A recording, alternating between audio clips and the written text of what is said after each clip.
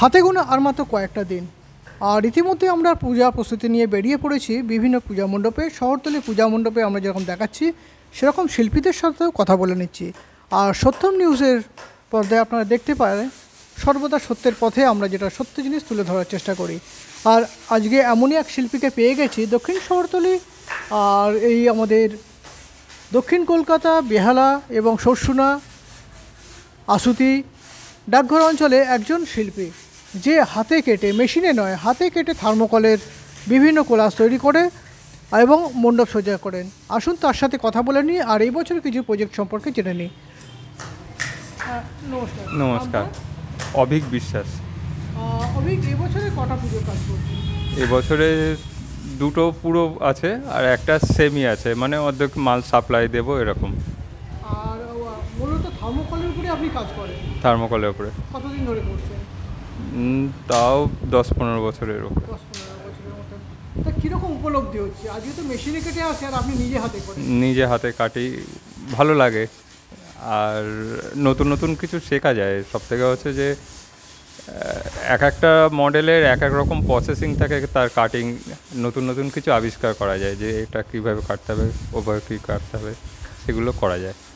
আর অভিক, এবছর যে কটা পুজো হচ্ছে কবের মধ্যে কমপ্লিট করে দিতে পারবেন বলে মনে হচ্ছে? এই তো দ্বিতীয়া তৃতীয়ার মধ্যে কমপ্লিট হয়ে যাবে আশা করছি। আর অভিক, এছাড়াও বা আর কিছু করেন কি না শুধু পূজা মণ্ডপের? না, শুধু পুজো মণ্ডপ না, এছাড়া সারা বছরে ওই মানে বিয়ের সিজনগুলোতে বলো বা তত্ত্ব সাজানো, সব সারা বছরই লেগে থাকে এরকম। আচ্ছা। বিয়ে পুজোর সময়টা একটু চাপ থাকে বেশি, আর এমনি বিয়ের টাইমটায় একটু চাপ থাকে। আর অভিক, কোন বছরের পুজো তোমার মনে সবথেকে বেশি আনন্দ পেয়েছিলে কাজ করে? সেটা 2019 জয়শ্রী পার্কে করেছিলাম। ওটাতেও ছিল, ওটা ভালো কাজ হয়েছিল, আর ওটাতে ভালো এরম ওয়েদারও এরম ছিল, কিন্তু কাজ ভালো হয়েছিল। আর ওটা বেশি। এবছরে কেঠোপোল সম্মেলনী, বেহালা কেঠোপোল সম্মেলনী, আর বেহালা উদয়ন সংঘ বকুলতলা, আর যেটা সেমি আছে সেটা আশুতি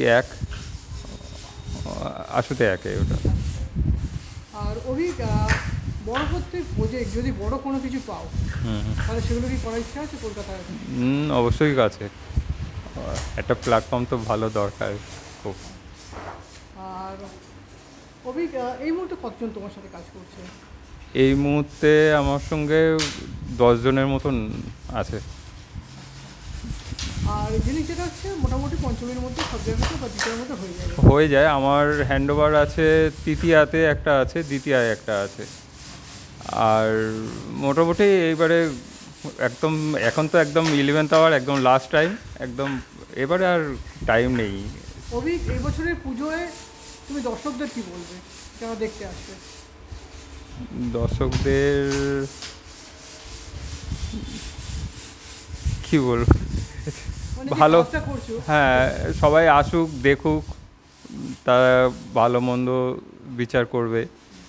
আর তারপরে হচ্ছে যে সবথেকে বর্তমানে যে সমস্যাটা হচ্ছে বা যে সেই সব কিছু হয়তো নেই বা সেই রকম কিছু রাখেনি, তবুও একটা আশা থাকে সবার যে শিল্পীর কাজ হলেও পছন্দ করবে, ভালো লাগবে, আর ভালো কাটুক সবার পুজোর জন্যে। 2024-এর পুজো ভালো কাটুক। অসংখ্য ধন্যবাদ অভিককে। আর অভিকের এই ধরনের কাজ আপনারা পূজা মণ্ডপে যেরকম বকুলতলা উদয়ন এবং তার সাথে রয়েছে কেঠোপোল সম্মেলনী এবং আরও একটি আশুতি একে উনি করছেন। ওনার এই কাজ দর্শকদের আশা করি মন ভাড়াবে। আর সত্যম নিউজের পর্দায় আমি সমীরণ ছিলাম আপনাদের সাথে। সঙ্গে থাকুন, দেখতে থাকুন সত্যম নিউজ। হাত থেকে পড়ে আইফোনে স্ক্র্যাচ, জল পড়ে গেছে আইপ্যাডে, হ্যাং হয়ে যাচ্ছে মোবাইল, সফটওয়্যার থেকে হার্ডওয়্যার ইস্যু, যে কোনো মোবাইল, ল্যাপটপ, ম্যাকবুক, সিসিটিভি বা গেমিং কনসোলের সমস্যার নির্ভরযোগ্য সমাধান। A to Z solution, 216 Jodhpur colony. Phone 9836300033 অথবা 9748369628।